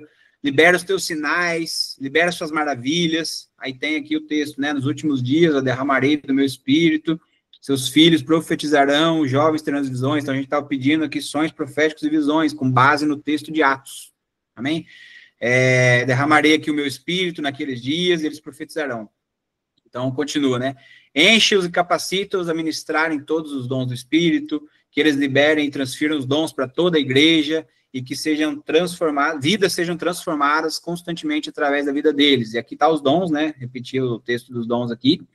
E aí, por fim, dê direção, provisão, proteção, poder e unidade à sua família natural e a toda a equipe de liderança da igreja que os ajudam. Aqui eu não pus o texto, que é muito grande, mas o Salmo 91 todo vai falar sobre isso, né? Sobre a provisão, a direção e a proteção de Deus. Amém? Eu acelerei um pouquinho, mas aqui na apostila, todos esses textos estão lá, os exemplos bíblicos estão lá. E é legal a gente montar isso aqui nosso, né? Então, a gente está orando ali, está lendo a Bíblia, achei um texto aqui que fala muito comigo, eu vou orar sobre isso. Aplicar o texto, a verdade bíblica, à nossa oração. Amém? Então, essa é a oração de forma prática. E eu encerro aqui, avançou um pouquinho, alguns minutinhos, peço perdão já antecipadamente, mas eu gostaria de ouvir todo mundo. Por favor. Ufa, e como é que foi o microfone, gente? Deu para pegar aí ou interrompeu muito? Vocês estão aí comigo? Aleluia. Não, glória a Deus. Deu. Ele ficou normal. Ficou do mesmo jeito, mas deu para entender tudo, entendeu? As palavrinhas que cortavam, ele voltava depois. Então deu para entender tudo. Geral. Amém. Glória a Deus. Glória a Deus. Aula abençoada. Glória a Deus. Depois que acabou a batalha espiritual, o microfone voltou ao normal, né? Você vê. Cara, eu não acho acho que não é coincidência, né?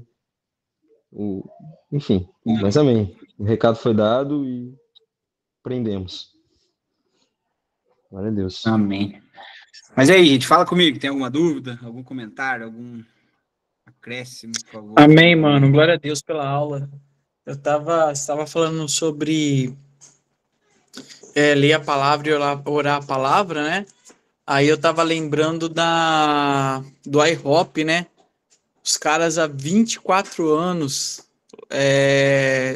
24/7 sem parar, e os caras fazem justamente o modelo que fala arpitaça, né? Que é um nome dentro da teologia, que os caras, eles leem a palavra e eles cantam a palavra e oram a palavra. E assim, irado, assim, a permanência dos caras, né? 24 anos sem parar, né? Glória a Deus.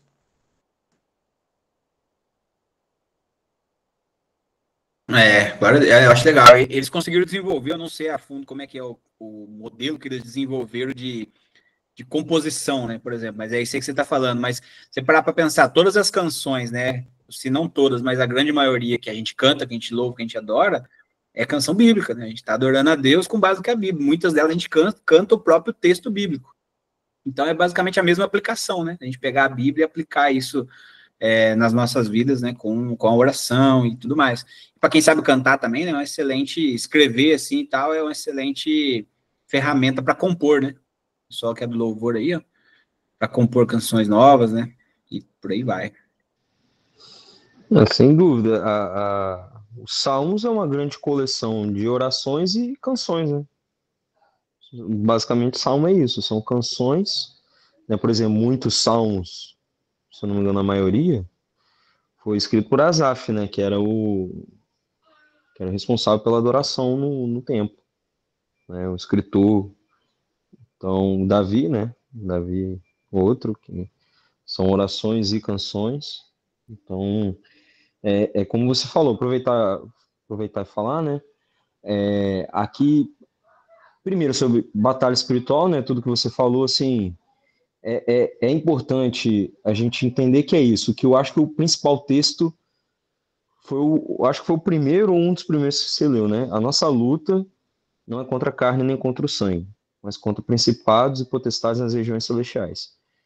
Então, ter a percepção do ambiente espiritual, e na verdade, como o pastor fala, né? O mundo espiritual é mais real que o mundo físico, né? E a gente não, às vezes a gente perde essa noção, né? E perde essa referência. Então, e é interessante como você apresentou, né? A nossa oração e a nossa luta é em outra dimensão, literalmente, é em espírito, né? Por isso que estamos assentados com Cristo nas regiões celestiais. Então, o ambiente onde a coisa realmente acontece é em espírito, né? E aí tem o texto de Daniel que fala, né, que o anjo, né, veio trazer a resposta da oração de Daniel, mas houve uma resistência, houve uma batalha. Então, não que o inimigo, a gente tem que sempre pensar o seguinte, né, que Satanás, os espíritos malignos, eles não são inimigos de Deus. Eles são os nossos inimigos, eles estão tentando nos atingir. Que ele não pode atingir a Deus, né? Mas o engano, né, como você falou, tudo isso é para a gente esfriar ou deixar de ter a percepção desse ambiente espiritual, que é onde nós vamos conseguir as vitórias, mas não vitória, quando a gente fala vitória, né, ficou muito nesse sentido, agora é só vitória, não sei o que, vitória de coisas físicas, né? É vitória como o apóstolo Paulo fez, né? Combatiu o bom combate, ou seja, ele prevaleceu e venceu. Ele venceu, né? E aí não são só em busca de coisas terrenas, que na verdade isso tudo é secundário, né? Cristo fala: buscar primeiro o reino de Deus e sua justiça e as demais coisas vão ser acrescentadas. Então, a nossa busca nesse ambiente, né? Nessa arena espiritual, né? Tem que ter essa noção de que ela existe, ela é real e que nós combatemos, e para combater nós temos as ferramentas para isso, né? Por isso que o apóstolo Paulo fala, que foi o outro que você falou, né? Que as armas espirituais da nossa milícia, né? Nessas regiões para destruição de fortalezas, né? Então, nesse ambiente espiritual, fortaleza significa uma resistência, né? Algo que quer impedir o avanço. Então, a nossa luta é para que o reino, porque o objetivo sempre é buscar o reino, para que o reino avance, para que o reino de Deus seja estabelecido, fazer a vontade de Deus na terra como é no céu. A gente vai encontrar uma barreira, uma resistência, e que vai tentar nos sabotar. Então, é igual um conflito mesmo, uma guerra, né? Cada um com as suas, como se diz, as suas estratégias, né? Então, Satanás, ele conhece as nossas fraquezas, né? Por isso que ele está ao derredor, querendo nos tragar, ele sabe pontos de fraqueza, por isso que quando Jesus fala lá de Pedro, que você também citou, né? Ó, Satanás está querendo te peneirar. Então, o diabo, ele não é onisciente, mas ele tem muitos encarregados que ficam de olho, né? Então, a gente precisa estar preparado, né? A gente precisa estar preparado, e para estar preparado a gente tem que estar ciente. E aí a oração é a principal ferramenta, né? Porque aí a gente está falando diretamente com quem resolve, né? E aí tudo que você falou, principalmente dessa forma prática, é muito legal, como você falou no final, que é isso, não é um método, né? O Espírito Santo habita dentro de nós, habita dentro de cada um, e ele conduz cada um de nós, né? Mas isso são ferramentas que nos ajudam, né? Por isso que o compartilhar é importante, porque é isso, aquilo que uma pessoa fez, às vezes eu posso tentar dar certo, né? Vai funcionar comigo, não funciona muito, mas já é uma dica que vai nos ajudar. É isso, né? Como os irmãos, estamos aqui compartilhando experiências que pode ajudar na caminhada de cada um, né? Então, glória a Deus pela sua vida, glória a Deus pela aula, que a gente possa botar em prática. Em nome de Jesus. Amém, glória a Deus. Mais alguém? Amém, glória a Deus. Que bênção, Dirão. Obrigado por essa aula, viu? Eu vi lá que você mandou a apostila, eu vou imprimir, que eu sou dessas. Realmente é muito bom, né? É muito bom o conhecimento, né? Porque ele realmente não nos deixa perecer. Porque esses dias até estava conversando com algumas pessoas, como a gente muitas vezes tem um entendimento errado, né? Carregamos coisas e vamos repetindo, vamos replicando, mas a palavra é a palavra, né? Por isso que eu amo aqui a escola bíblica, porque realmente ensina o que está na palavra, né? E não uma doutrina, enfim, porque existem tantas coisas a respeito de batalha espiritual, a respeito de intercessão, que virou uma mistura só, né? E é um perigo mesmo. Então, que bom que nós temos a palavra, que nós temos acesso, e de fato ela é poderosa, né? Jesus é o nosso exemplo, né, de como vencer. Ele venceu Satanás com a palavra, né? Ele sabia quem ele era, e teve um momento que você falou, né, nós precisamos nos comportar como filhos.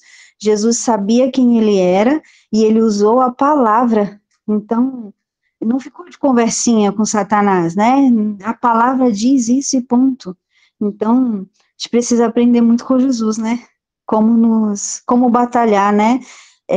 A não dar conversa mesmo e, de fato, usar as armas certas. Eu estava aqui falando com o Jefferson que a espada, ela é uma arma de defesa, mas também de ataque, né? Se você for ver, como é que fala aquele negócio? Pessoal lutando? Esgrima, isso, eles se defendem e eles atacam, né? Então, realmente, a palavra, ela é poderosa, ela serve para atacar, mas também para nos proteger, para nos defender, porque na palavra tem as promessas de Deus sobre nós, e nela nós sabemos que nós já vencemos, e ter a consciência de que nós batalhamos, mas já sabendo da vitória, isso é maravilhoso, né? Pensa que ânimo que esse soldado tem de ir para o campo de batalha na certeza que ele já é vitorioso em Cristo Jesus. Então, a gente precisa, de fato, viver essa verdade, né? Todos os dias da nossa vida, porque ele já venceu. E a gente só precisa realmente usar as armas, tomar posse da vitória e fazer como Jesus. Vencer Satanás através da palavra. Não deixar que ele nos engane, né? Porque realmente ele tenta nos enganar, e ele é ardiloso, né? De fato, assim, hoje eu vejo como a mente é um campo que realmente tem sido muitos dardos, né, lançados, como a gente tem sido afligido na nossa mente, por isso que precisamos renovar e entender, compreender a palavra, essa é a arma que nós precisamos, porque assim está escrito, e Deus é fiel à sua palavra, então é isso, nós precisamos conhecer e prosseguir em conhecer o Senhor através das Escrituras e viver tudo que Ele tem para nós como igreja, porque realmente toda a autoridade já nos foi dada. Essa é a nossa verdade, que precisa, como o Diran disse, transformar a nossa realidade. Amém. É isso. E é interessante que esse exemplo que você disse aí, né, de Jesus sendo tentado, né, por Satanás, usando a palavra para se defender, mas Satanás também estava usando a palavra para atacar, né, de forma errada, né, isso que é o importante de nós conhecermos, né, e a Bíblia, ela fala, eu acho que está em 2 Pedro, se eu não me engano, que vai falar que, do mesmo jeito que tinha falsos profetas, iam se levantar falsos mestres, que iam introduzir dissimuladamente heresia no meio do povo, né, então, assim, falsos mestres vai falar do quê? Está ensinando coisa errada, está ensinando doutrina errada. E às vezes pode usar a palavra de forma distorcida, né? Então, o Satanás, ele conhece só a letra, né? Ele conhece o espírito da palavra, né? Mas ele usava a letra para tentar enganar Jesus, e Jesus tinha a resposta bíblica, né? Então, a importância de nós conhecermos a palavra, né? Por isso que essa espada, né?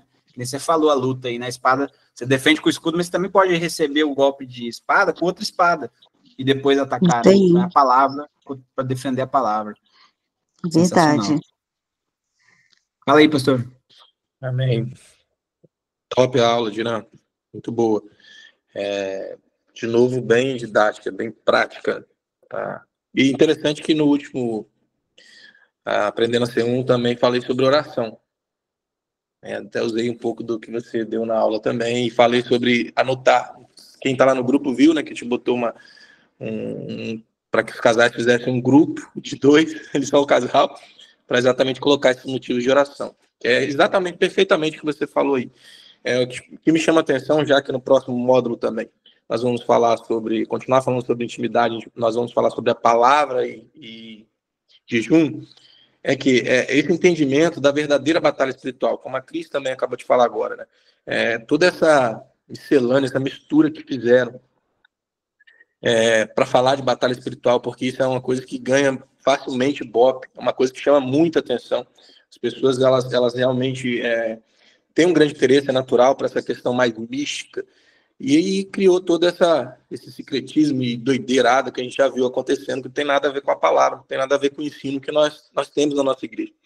Mas, assim, o que eu quero ressaltar mesmo é esse entendimento, de prática, que você falou, a questão de orar, claro, a palavra, você deu as aplicações aí, mas como isso deve ser feito, assim, com entendimento, de fato.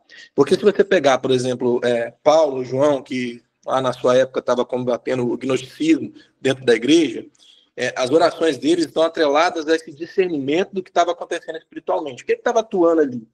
Que tipo de espírito? E o que é esse espírito?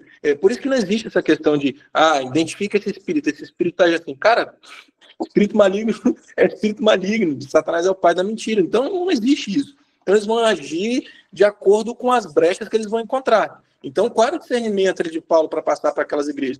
Como ele está agindo aqui? De que forma ele está agindo? Através de quem está agindo? O que ele está tentando fazer? Então, a oração era específica para aquela atuação. Então, hoje, como eu falei, quando você tem esse monte de doideira, falando, dando ordem a tudo, destronando, lançando machado, lançando flecha, né, para destronar, coisas sem sentido nenhum, muitas vezes. Tá me ouvindo aí? Que entrou, né, no meu celular, está descarregando. Então, coisa totalmente sem nexo, sem sentido algum, né? E loucura aí na internet, se você for buscar um pouco, um monte de gente seguindo esse tipo de coisa. E no final, eu acredito, eu tenho plena certeza, não tenho dúvida nenhuma, que é o próprio demônio agindo através da vida de muitos desses aí, enganando, e o povo também buscando isso, que a Bíblia também diz, né? Um texto, Paulo vai falar que eles seguiriam falsos mestres com comichões nos ouvidos, porque buscam isso, porque o coração está inclinado para isso. Então, é o que o pastor Fernando falou. proclamar a verdade. Então, na verdade, o que destrona esses principados, a oração é direcionada a Deus. É o que Jesus fazia. Vou me humilhar diante do Senhor, vou buscar discernimento do Senhor. Mas quando eu vou... A batalha espiritual é uma proclamação do Evangelho. Então, nesse exemplo que eu dei, por exemplo, Paulo ele vai embasar lá Colossenses, João, a sua carta, enfim, vai embasar o quê? Vai falar Colossenses, Cristo é o principal, Cristo é o cabeça, Cristo é Deus, Cristo não é um ser maior que os anjos ou como um anjo. Então, o que ele usa para combater ali? Qual é a batalha espiritual? A palavra.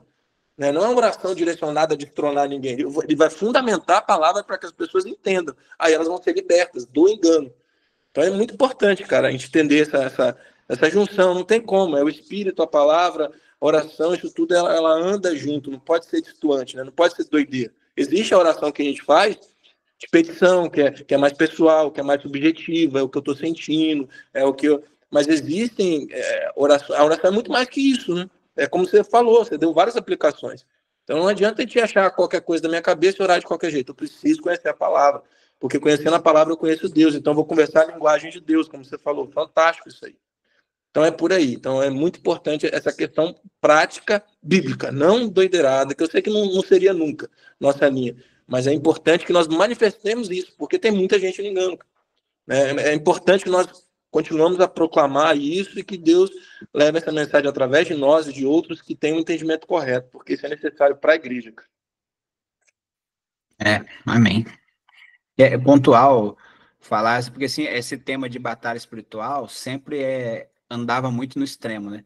Ou é um extremo de, eu não quero nem saber, não gosto, tenho medo, não quero saber de nada disso, ou ia para um outro extremo totalmente maluco, que nem o senhor está comentando aí, de querer estudar tudo os demônios, os nomes, os tipos, conhecer as raças de víbora, de não sei o que lá, tipo, você não tem nada a ver disso, né? A palavra, sempre conhecer a palavra, conhecer aquilo que é verdadeiro, tudo que é falso vai ser destronado já automaticamente, vai cair, Cristo já despojou todo mundo na cruz ali, né? E é importante falar isso, trazer, né? A gente está tentando trazer esse ensino justamente para isso, né? Para desmistificar essas coisas, né? Que não tem nenhuma doideirada de excesso de estudar os 500 tipos de demônio e também não precisa ter medo e se esconder, né? Não vou lutar, não vou orar porque isso vai complicar minha vida. Não, é um equilíbrio. Nós lutamos, né? Batalhamos a partir da vitória de Cristo, né? Ele já venceu, ele já consumou. E esse entendimento, né, a gente vai caminhando e avançando, né? É isso aí. Fala aí, Cris. Acho que o Renato levantou a mão primeiro. Não, eu tinha levantado, mas é que o pastor falou tudo. Como você também falou, Dino, rapidinho, Cris, só para pontuar mesmo. Que nem você comentou na aula, né? O pessoal ora assim, eu repreendo o espírito, não sei o quê, porque eu tenho autoridade, né? Ou seja, uma percepção totalmente errada, né? Cristo deixa muito claro, a gente ora ao Pai, né? A gente ora a Deus, não é a gente que manda ou desmanda, né? A gente não usa o nosso poder, a gente usa o poder que flui através de nós, né? Que vem do Espírito, né? E a operação do Pai, né? A palavra fala que é Deus que manifesta tudo em tudo, né? Ele que realiza. As operações é Deus que faz, né? Então, é entender nisso, que a nossa oração é direcionada a Deus, porque é Ele que age, é Ele que vai fazer, né? Não somos nós, não temos autoridade nenhuma, né? A nossa autoridade é em Cristo. Eu acho que o que resume tudo é o que o pastor falou. O que a gente deve fazer, a nossa oração é proclamação do Evangelho, a proclamação da verdade, né? Não se, a gente vence as trevas expondo a luz, né? É quando a luz avança que as trevas recuam. Então, como você também falou na aula muito bem, né? Eu não vou orar, a oração positiva, né, que você até citou, mas é nesse sentido. A minha oração não é para que as trevas recuem, mas é que a luz avance. Então, eu revelo a luz e as trevas vão recuar. Eu proclamo o rei e o inimigo cai, entendeu? Então, é nesse sentido, enfim. E aí, que talvez a Cris vai falar também, foi até uma conversa que a gente teve, que é nesse sentido. Hoje em dia, pela falta de conhecimento, pela falta de entendimento, pelos enganos, né? Como o pastor falou também, com certeza isso é o Satanás que é isso, né? O pai da mentira, é um engano, ele que vem para enganar e falsos mestres se levantam e as pessoas acreditam, vão acreditando porque não conhecem a palavra. Então há um misticismo, um sincretismo, principalmente aqui no Brasil, que isso é muito notório, principalmente com religiões, enfim. Então a gente vê claramente esse tipo de sincretismo, né? Então é igual Israel antigo, né? O Israel antigo ele fez um sincretismo, acreditava em Deus entre aspas, mas tinha Baal lá junto dentro do templo, né? Asherá, enfim, era uma bagunça, uma mistura. Então eles achavam que estavam buscando a Deus, mas havia uma distorção da verdade e uma junção com coisas do maligno. Isso é engano, né?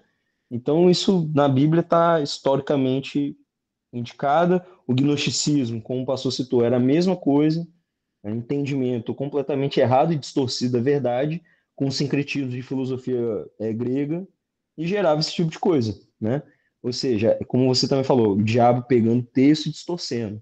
É diabo pegando a palavra a palavra que Deus falou para Adão e Eva e distorcendo para enganar. Então é a estratégia de sempre, né?